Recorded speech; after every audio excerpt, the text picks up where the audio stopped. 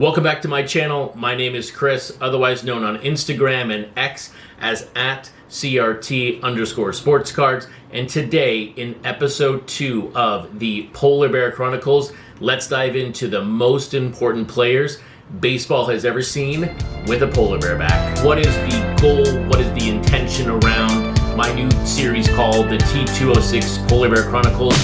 Number 1, I want to demystify the T206 set. And then number 2, I almost think it's the most important part of the series. I want to humanize these players. So if you guessed that we would be talking about the Hall of Fame players with a polar bear back in the T206 set today, you are absolutely correct. But before we talk about the Hall of Famers, I really hope you enjoyed episode 1, the series introduction, and a walkthrough around the sleeve tattoo. Today's episode is going to be strictly around the dynamics of the set, the construction around the 32 Hall of Famers in the set. But I will tell you, there is a player connection to the shirt that I am wearing. One of the Hall of Famers in Polar Bear played for the Hannibal Cannibals as a player and a coach in 1911. So when we look at the entire Polar Bear set as a whole, the set is, of course, 250 cards. Now, I hope that in 30 years or 40 years, maybe well past my time, when people are collecting this set in 21, 24, we may have found another 1 or 2 Polar Bear cards. But as of right now, this set in 2024 is 250 cards.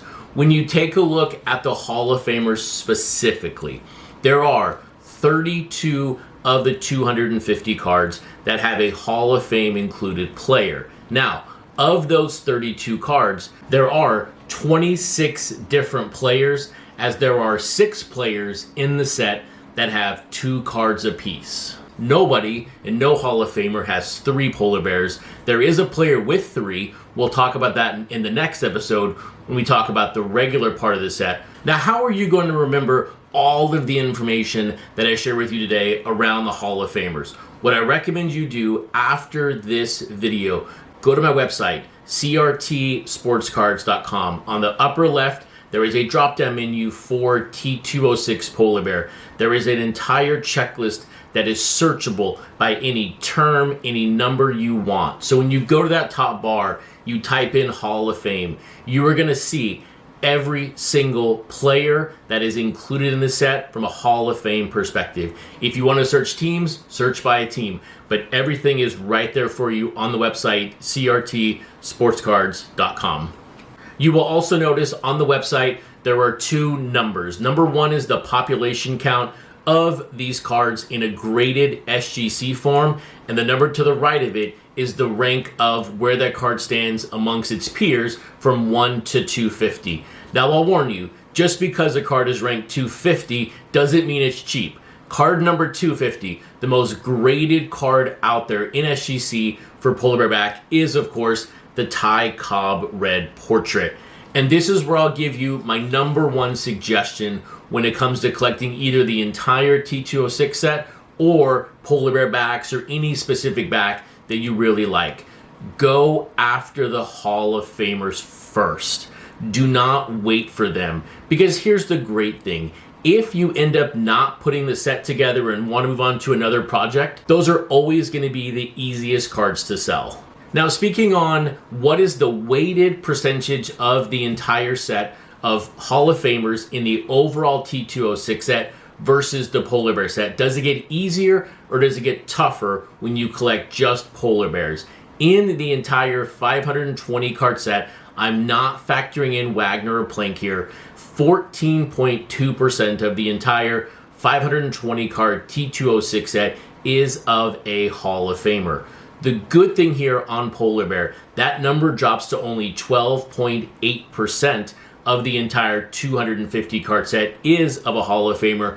And the Hall of Famers that we're missing, outside of course, Wagner and Plank in the 524, we're only really, in my opinion, missing 1 significant player, and that is Rube Waddell. Now, here is my wish for the future in 50 or 60 years.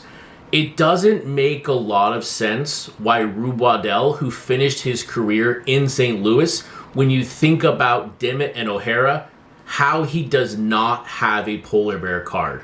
These picture cards were made to sell cigarettes to kids.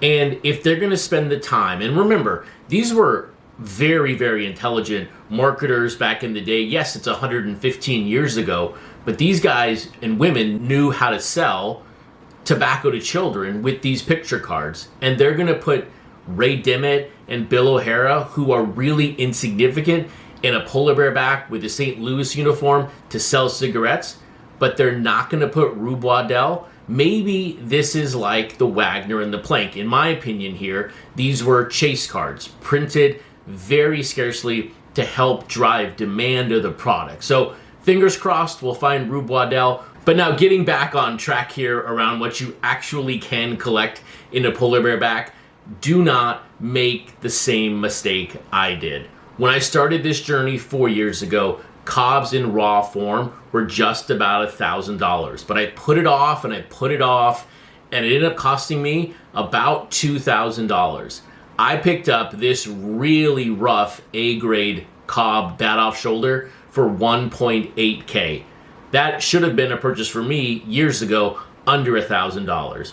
And when I picked up the red portrait to finish up my set, that raw card cost me just over $2,000. Again, over $1,000 I could have saved if I had done this early. But this is also, in my opinion, what makes Polar Bear superior to the rest of the entire set. You get a taste of the Hall of Famers without having to break the bank, because in the entire T206 set, Ty Cobb has 4 cards. So that's another $4,000 to $5,000 you have to spend if you wanted to put together the entire 520. So this is a little more economical, even though I understand $4,000 is not cheap, but it's better than spending $8,000, $9,000 on all 4 Ty Cobbs. Now, outside of Cobb, what other players in the set have 2 cards from a Hall of Fame perspective? Number 1, in alphabetical order, we have Frank Chance. The first one being Frank Chance batting, the second one being Frank Chance yellow portrait. And I'll tell you, the Frank Chance batting is a lot rarer than the yellow portrait. Then we have Huey Jennings, 2 hand showing or 1 hand showing. And it's very hard to look at that card or either of those cards and not smile because of the reaction they have of Huey Jennings. Fourth here, we have John McGraw. We have gloved hip John McGraw, and then we also have black cap John McGraw. Then for the 5th Hall of Famer with 2 cards, it is none other than Joe Tinker. We have the cards that look kind of the same, but they're very different. We have Tinker with bat off shoulder, and we have Tinker with bat on shoulder. And then rounding out as the 6th Hall of Famer in the Polar Bear subset with 2 cards is Vic Willis. We have Vic Willis throwing, and then we have Vic Willis with a bat. Now here is where I'm going to pick a bone with the original designers of the Polar Bear set.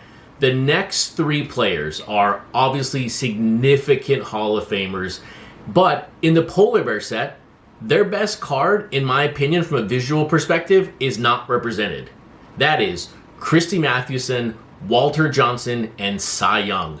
I absolutely love their port cards in the overall T206 set, but they are absolutely absent from the Polar Bear back. But I guess we have to be thankful for what we do have of these 3 players in the Polar Bear subset. Looking specifically here at Christy Mathewson, we have the dark cap variation. For Walter Johnson, we have hands at chest. And then with the Cy Young, we have with glove. That now brings us to 15 of the 32 Hall of Famers. The next 2 are 2 players that I would recommend you pick up earlier on if you have the right condition and you have, of course, the right price on the card. Zach Wheat and Jimmy Collins. Now, I was lucky to pick up the Zach Wheat early on in my collecting of Polar Bear, but the Jimmy Collins is a card that I struggled to find for over a year. So when I think of the overall 32 cards as individual entities, when I'm thinking about picking them up one by one, if I were to redo this set, these are the first 2 cards I'm picking up on day number 1. And that's not so much about the dollars that it's going to cost to buy those cards. It's more around the availability of the card versus like a Ty Cobb. You can buy a Ty Cobb every day of the week and twice on Sunday. They're not rare, but a Jimmy Collins or a Zach Wheat are a lot rarer than a Ty Cobb. Now, looking specifically at a really cool combo in the Polar Bear subset, we've talked about Tinker, we've talked about Chance, but there also is a Johnny Evers card. And so you've got Tinker to Evers to Chance combo in the Polar Bear set. And so I really like that 3-card combo. And that is, of course, because of Baseball Sad Lexicon. If you don't know what that is, I highly recommend you Google it after this video. Now, that takes us to 18 of the 32 players. I'm not trying to make the next 14 players less significant when it comes to the entire set. They're all important. They're all Hall of Famers. But of these 14 remaining players, you do have some very significant players. You've got Tris Speaker. You've got Roger Bresnahan. You've got Hugh Duffy. You've got Nap Lajoie. You've got Home Run Baker, Chief Bender. And you can't forget Mordecai Brown, Sam Crawford, Rue Marquard, Addie Joss. Then rounding out this superb 32-player collection for Polar Bear Hall of Famers, we have Clark Griffith, we have Joe Kelly, Iron Man McGinty, and then player number 32, who was a player/manager for the 1911 Hannibal Cannibals, we have Jake Beckley. And I'll tell you, on a personal note, my copy in my set is very, very rough. So if you have a Polar Bear Beckley looking to move it, let me know, because I'm in desperate need of an upgrade for my set. So if you were keeping track at home as we went through all 32 players, which teams were represented the most of these 32 cards? Coming in the number 1 spot with 6 players represented, it is the Chicago Cubs. Second, helped out by not only having Ty Cobb with 2 cards, but Huey Jennings, we have Detroit with 5 total cards. And then in third place, New York National, 4 cards of the 32. So what's it going to take? What is it going to take you as a collector to put together all 32 of these Hall of Famers? We spoke earlier around the Cobbs. Best case scenario right now, those are going to be together, those 2 cards, $4,000. I think you're better off budgeting out probably closer to $5,000 based on how they're appreciating right now. But if you spend some time and you really do some digging, you may be able to find 2 copies for $2,000 a piece in really low grade, like super, like A grade or rough raw. But then when you think about the other 30 cards, you've got Tris Speaker, Christy Mathewson, Walter Johnson.